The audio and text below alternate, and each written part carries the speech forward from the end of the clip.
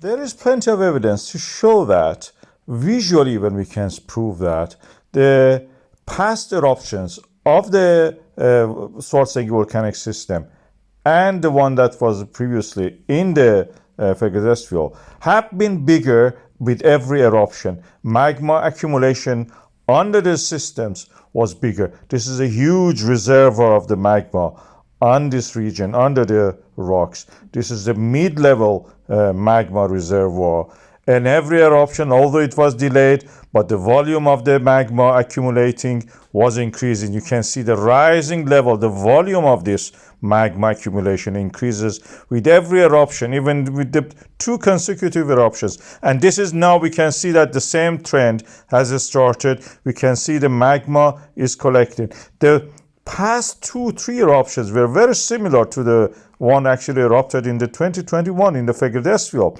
A deeper source is delivering the magma probably to the shallower source. From there, it erupts to the surface.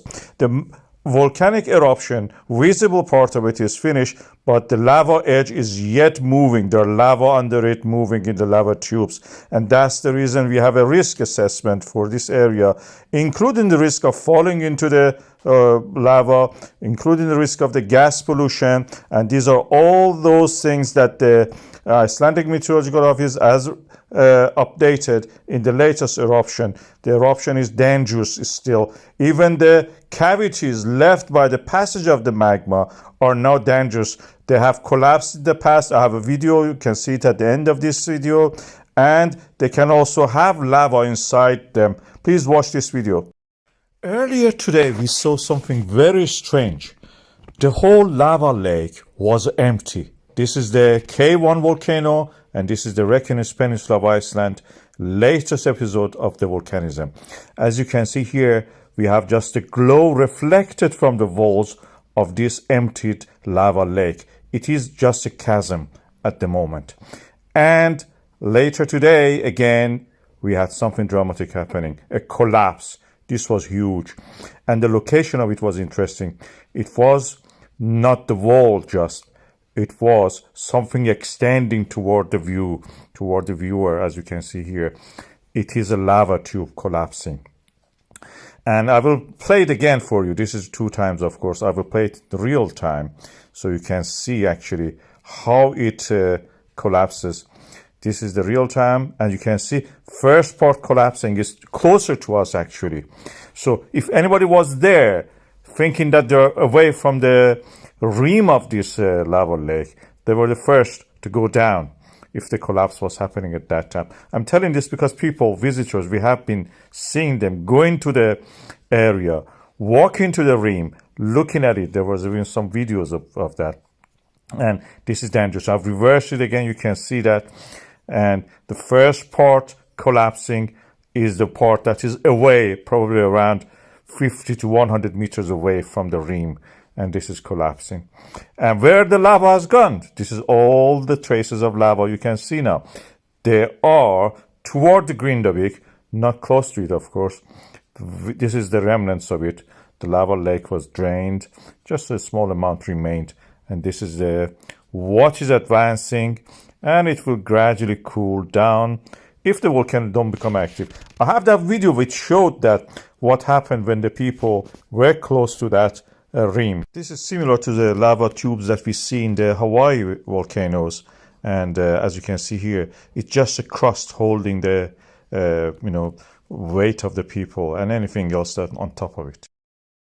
There is a video which shows the few tourists, a couple and a kid, it appears, approaching the KayOne Crater Volcano.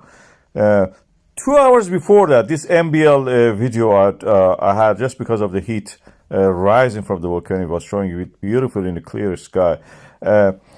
So we can identify, use this compared with that video, which I give you the link. This is not that one. This is from the MBL. And this gives me a chance actually to find something that I can scale it and use the data scale to measure the size of the volcano. That is the area that those tourists were approaching. This is the closest point to the lava from the Sunnuka old craters.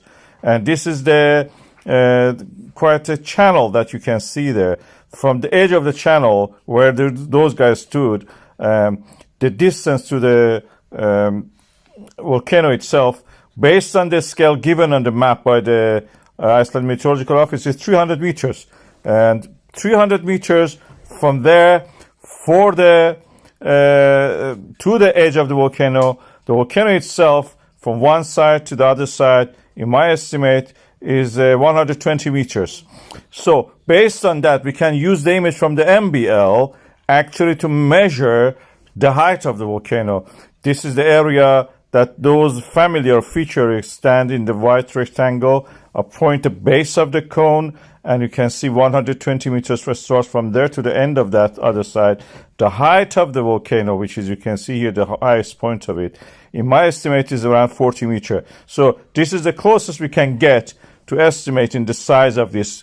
And 40 meter looks realistic, and this is the height of that. I'll give you the link to that original video that I was talking about, and you can watch that also. I recommend you watch it and enjoy the view anyway.